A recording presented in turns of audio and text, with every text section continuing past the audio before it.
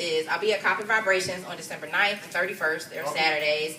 And it'll be from 5 to 9. So I'll have a book signing. We'll have some wine and dialogue. I'll perform some pieces. And it's a collaborative artist project, meaning I literally inboxed a whole bunch of artists that I thought were dope and was like, hey, pick a poem and paint something. And they was like, all right. So they'll all keep their own commissions. We'll make prints of my poem and their work. And we'll individually sell them. So they'll be there as well, auctioning off their pieces. So it's, you know, it's all about the community, and that's what I'm about. So I think I may put this into 2 poems, but it's 1 for now. It's called Womb Rage. My womb is raging, vulva pulsating. My body is telling me it's time for mating, but I'm waiting quite impatiently. Every attempt to fornicate falls underway. They busy, they have women, they have energies and drama that come along with them that I don't desire to deal with. So I try to trick my mind and find other things to think about and do with my time. This is new for me. 10 years straight of sexual elation, and now at 26 coming face to face with self-love and patience, knowing thyself and hating that it took this long to find out. He has me feeling some kind of way, suppressing daddy issues and conversations with my mother about my experiences for fear I'll call a trigger for her too. Orgasms with my frustrations taking their rightful place, often with the wrong people and motives. No questions ever asked by the guys about my sexual past. We all just learned to relax in the comfort of a warm space. Trust was risky, but we did it anyway.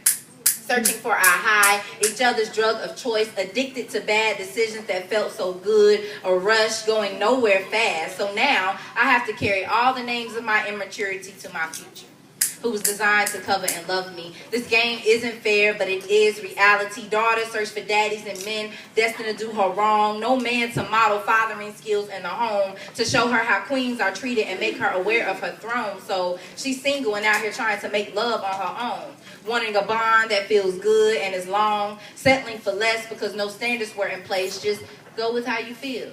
Then life was created. Now she has womb rage. Mad that she's carrying a baby of a man who didn't know she was sacred and relinquished his responsibility to have any place in their life.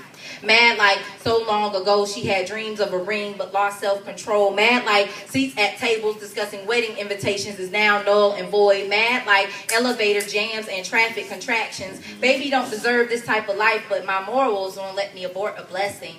Funny, because morals were nowhere around when the texts were sent. Sex happened. Now you naked, exposed, extremely uncomfortable. Body calling you back home, this time for your own pain. Decisions made in the dark, return to the light, just makes her want to fight. The battle is internal and will always be. Once we learn to tame that beast, only then can we be free. Yeah. So that's all I have. But I was inspired by Ellie B and her self-love piece. Could I do that before I sit down? My self-love piece. Of course you can. Okay, because I only had 3. So I had a little limit. So I paced myself. So self-love is also on the Celibacy Chronicle piece, and it was kind of the start of this whole chronicle. So it's my version. Thanks for inspiring me, Ellie. Inspiration. Wait a minute, that's sacred. Hold on. Okay. I'm sorry. I wrote this in the bathtub. Y'all be lonely as fuck. I be, man, this television shit ain't no joke. It's fun, but it's not. It's not. So sometimes I be in the tub. I be thinking about. Do not downplay sacred. I'm not gonna downplay. No, it's very enlightening. It's so enlightening. Yeah. It's really good. It's Are really you good. sure? I have a lot of fun with myself. Sounds fun. I do. Every day. I do. Every girl. What time you want to clock? Whenever you feel it. No, I mean, it really is fun. I'll give you a little background. So I kind of grew up with the type of mom who had a crazy upbringing. So she kind of sheltered me. But from a parent's eye, she was doing what she was supposed to do. You ain't need to be going no teen parties or none of that. So when social media started coming out, you got tagged and Badu app, and you meeting people, and you on campus, and you free, and you got a car. So I guess I didn't have enough self-confidence. So any guy that was cute or paying me attention, I was like, okay, yeah. So now it's like, nah, I gotta love myself, and that's feeling really great. But you know what I'm saying? All right.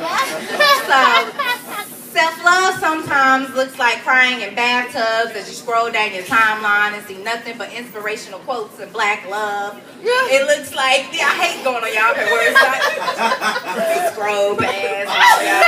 Lord. This girl test is happiness. I know, right? Goddamn. Right, I don't see you today, but it's cute, double time. It looks like looking in mirrors and giving yourself a hug, looking, listening, listing all of your flaws, and then smiling. Because you can either improve or sulk about them. Self-love looks like not being nervous every month if you're pregnant because you're celibate. And you can clearly count on your conscience how many cycles you had since you last in the bed. So I got a poem here called Scared Pregnant. Every month I be scared, like, is it? Every month. Every month. That's 10 years of like trauma. I'm so happy you're celibate. I'm happy you came on. Okay. So self-love looks like not being nervous every month if you're pregnant because you're celibate and you clearly can count on your conscious how many cycles you had since you last went to bed. Self-love looks like not associating with drama on TV, in real life, in your home. You value yourself enough to not just hold on to hurt out of comfort. You rather be alone. Self-love looks like me writing this poem. After having shied away from writing and releasing, it's a healing medium. Self-love looks like freedom. Self-love looks like turning off electronics and tuning in, deep breathing. Self-love is believing. Self-love sometimes looks selfish because you choose to stay in the house reflecting instead of in the clubs dancing or on your phone responding to reckless text messages. Self-love looks like taking care of your health. Mental, spiritual, and physical. Self-love looks like accepting constructive criticism and not taking offense. Self-love looks like when I see you, I see me. Somehow we're connected intricately, and out of all the places to be on the planet, it's in your presence I'm standing. So this moment has to be a part of my plan of personal growth and expansion.